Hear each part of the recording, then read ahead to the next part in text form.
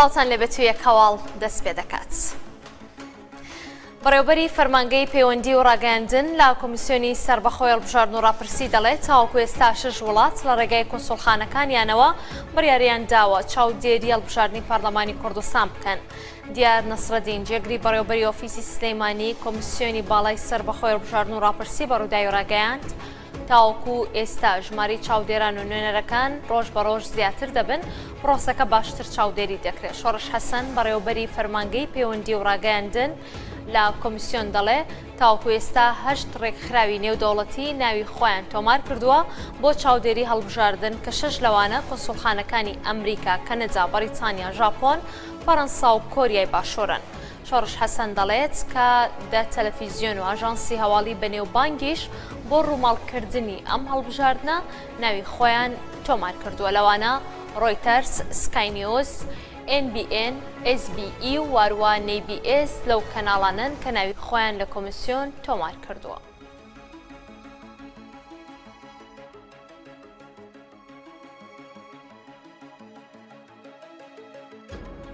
ئەندامێکی ئەنجومەنی کۆمیسیۆنی باڵای سەربەخۆی هەڵبژاردن و ڕاپرسی ڕایگەیاند بە مەبەستی چاودێری بەڕێوەچوونی پرۆسی هەڵبژاردن 13 چاودێری نێودەوڵەتی خۆیان لە کۆمیسیۆن تۆمار کردووە.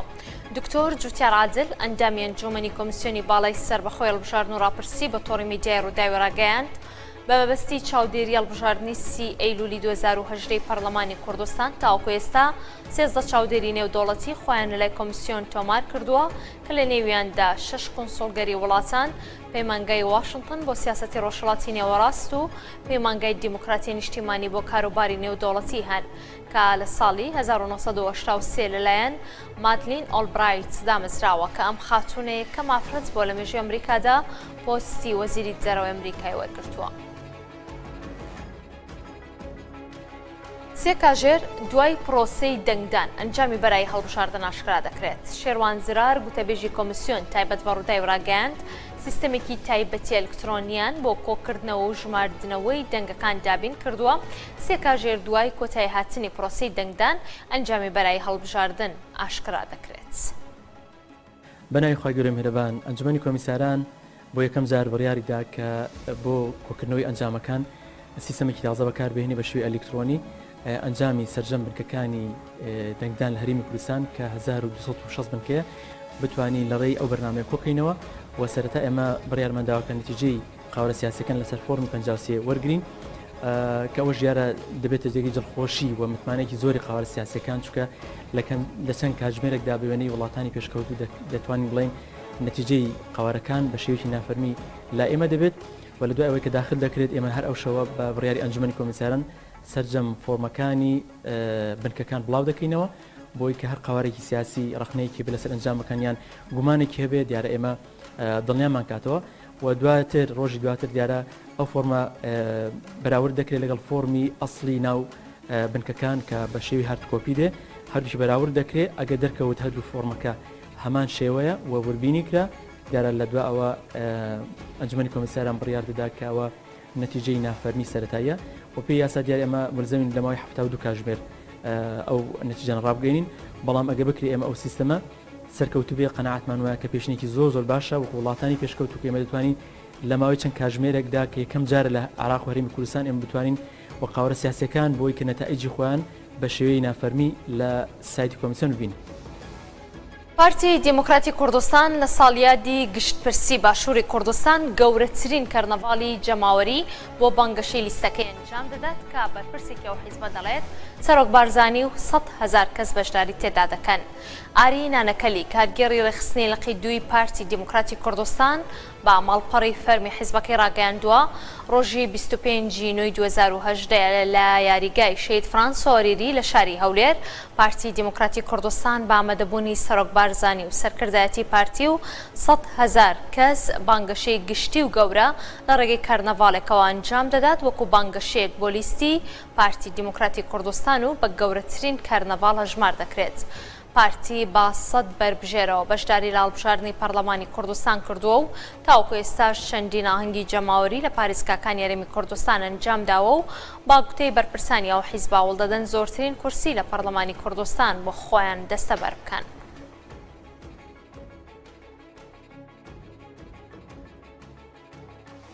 هەواڵە گوماناوی و جێی مشتومڕەکە ئەمەیە دوایەوەی کە بەرەم ساڵح گەڕایەوە نێوەیەکێتی نیشتیمانی کوردستان و هاوپەیمانی بەجێهێشت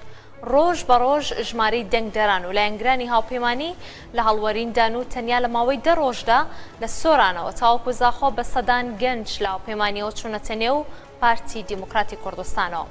ڕۆژانە لە زاخۆ و دوهۆک کادیر و ئەندامانی هاوپەیمانی بۆ دیموکراسی و دادپەروەری دەچنە نێو ڕیزەکانی پارتی دیموکراتی کوردستان و بەرپرسی بەشی پەیوەندیەکانی هاوپەیمانیش لە دوهۆک دەڵێت پێداگری لەسەر پرۆژە چاکسازیەکان گەیاندنی گلەی و گازندەکانی خەڵک دەکەین و سازش لەسەر پرەنسیپەکانمان دژی گەندەڵی ناکەین. فەرسەد ئەحمەد لە کۆنگرێکی ڕۆژنامەوانی داگوتی ئێمە وەکو سەرکردە لە هاوپەیمانی ژمارەمان 15 کەسە و وەک هاودید و دەنگدەریش زیاتر لە 100 کەس دەبین و پەیوەندی بە ڕیزەکانی پارتی دیموکراتی کوردستانەوە دەکەین. لە بەرامبەردا هاوپەیمانی بۆ دیموکراسی و دادپەروەری لە دوای بڵاوبوونەوەی هەر هەواڵێکی لەو شێوەیە ڕاستە و خۆڕوونکردنەوەیەک بڵاو دەکەنەوە و ئەم هەواڵانە ڕەتەکەنەوە و بە بانگەشەی پارتی ناوی دەبن.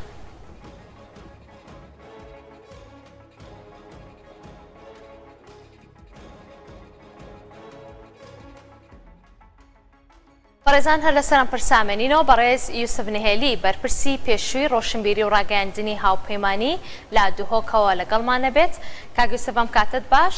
ڕاستی و دروستی و هەواڵە بۆ بینەرانی ڕووداواشکرا بکە بزانین ئێوە چەند کەسن کە چوونەچە ڕیزەکانی پارتی دیموکراتی کوردستانەوە ڕاستە کە ئێوە هاوپەیمانیتان جێهێشتووە بوون بە پارتی؟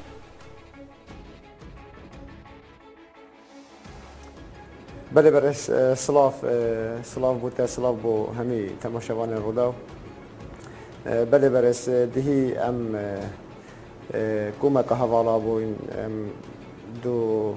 اندام انجمنی بوین و هندک کادر و اندام بشید مبون و دیسا کاندید گرمه هبون ما راگی هاند که ام چونه نفو رئیس پارتی دموکراتی کردستان باشە ئێوە هاوپەیمانی دوایەوەی کە هەواڵی ئەو بڵاو دەبێتەوە کە بەشێک لە هاودیدەکانیان دەچنە پارتی دیموکراتی کوردستانەوە ئەوان دەڵێن کە ئەمە سیناریۆیە و هیچ شتێک ڕاست نییە لەو بارەوە ئێوە هیچ بەڵگەیەکتان هەیە کە پێشترەوە هاودیدی نێو هاوپەیمانی بوون؟ بله بله سیناریو نینه از بو کسی که بوم 16 سال از مروفه که بلایم بوم نسنا پارتی بوم نه ایکتی بوم نه هیچ چیز بوم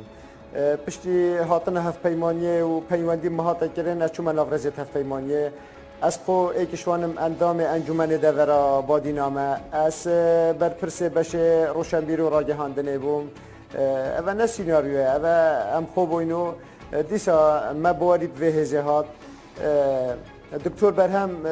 راستی کسی بوم مبواری بتاد اوا هات کردن شکل نجاوره کلی واشین بد مطلب ما صدمت چه راستی یعنی راستی مخابن باشە هۆکاری جێهێشتنی ئێوە بۆ نێو پارتی دیموکراتی کوردستان تەنیا هۆکارەکەی گەڕانەوەی دکتۆر بەرهەمە بۆ نێوەیەکێتی ئەگەر دکتۆر بەرهەم لە نێو هاوپەیمانی بمایەتەوە ئێوە ئەو بڕیارەتان نەدەدا؟ توانی بەرز وەختی ئەم چوینە نافرەزیت هەفپەیمانیە ئەم دلسۆزیا خۆ چوو بوون ما هەندێک پرۆژە هەبوون ئەم کۆمەکە هەواڵا بوون کۆمەکە کەسا بوون سەر هەندێک خالا خرده ببون سر پروژه خرده ببون ما بکول کردن ام بشین بزاوه کیب کن ام بشین ری خوشگره که خوش کن بوجاک سازیه بوداک پروریه براستی یا دکتوری کری و سانهی دکتوری ام همی ما سرانسری کردستان هل بجارتن عراق ما 136,000 دنکی نبون یعنی دکتور گنهبار برانبر 136,000 مروفا 136,000 مروف دکتوری سر میزا دانستاندن القمار دان دکتوری 136,000 مروف سر میزا دانستاندن گوری کرسی که خویا سر کماریه کردن باشە ئێوە بۆچی پارتی دیموکراتی کوردستانتان هەڵبژارد بۆچی پەیوەندیتان بە حیزبەکانی دیکەوە نەکرد ئایا پارتی هیچ بەڵێنێکی بە ئێوە داوە؟ بەرز پارتی چه بەڵێن منە داینە ناف تورت کمالاتی و سرجاده و براستی گلک صحبت تتکرن و خلق مبخو فروش قلم دن آخر پارتی بجنما پارتی هینت کرین و پارتی ام نکرینه ام حزاقی چونه نافرزت پارتی ام حزاخوی چون او آرمانجا مهی دیسا ناف پارتی دادی بزاوی بود که ناف پارتی داشی ام دستگیرتی نامینی ناف پارتی داشی دی بزاوا چاکسازی که ناف پارتی داشی دی بزاوا داد پروریه که ناف پارتی داشی دی رخنه گیری ناف پارتی داشی ام نشونه ناف پارتی دا ام بدنگ بین دیسا ناف پارتی داشی مدید پارتی او درگه بو موکر کرم کن ورن گازلیب کن ور رخنه کن دیسا ام دی رخنه گیر بین ناف پارتی دا ام دی بزاوا چاکسازی ناف پارتی دا که ام نشونه ناف پارتی دا ام دجات یا هندك ابكين ان ام اوا خلق وصو هزت كت اوا ديسا طول فكر نكبو نخير ام بيرو بارو كنا نافرزيت بارتي ونافرزيت بارتي ده بردام يدينا خبات اخو بله بدوايا كابتشونوي دكتور برهم بونيوي كيتي ايدي هاوبيماني كوتايدت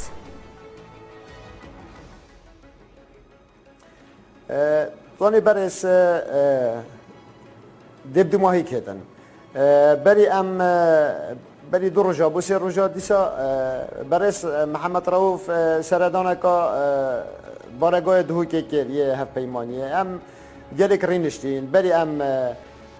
بهنا نفرزي البارتي ام ديال بريزي رینشتین كاك محمد رؤوف نف هفت پیمانی شون بيش مت کسی دوی بو ما دانو استاندين جلك ترن بله ما بوري بينينا كو هفت پیمانی بشید بردوام تاجي هفت پیمانی میلیجی دمين حسبك ضعيف يعني دي خلتي او بوري هفيمانيه نمراستي برز يوسف نهالي برپرسی پیشی روشنبیری و راگەاندنی هاوپەیمانی سپاس کە لە دهۆکەوە لەگەڵمان بووی سپاس بۆ ئێوەش کە بینەریە کەواڵ بوون شاد و بەختەوەر بوون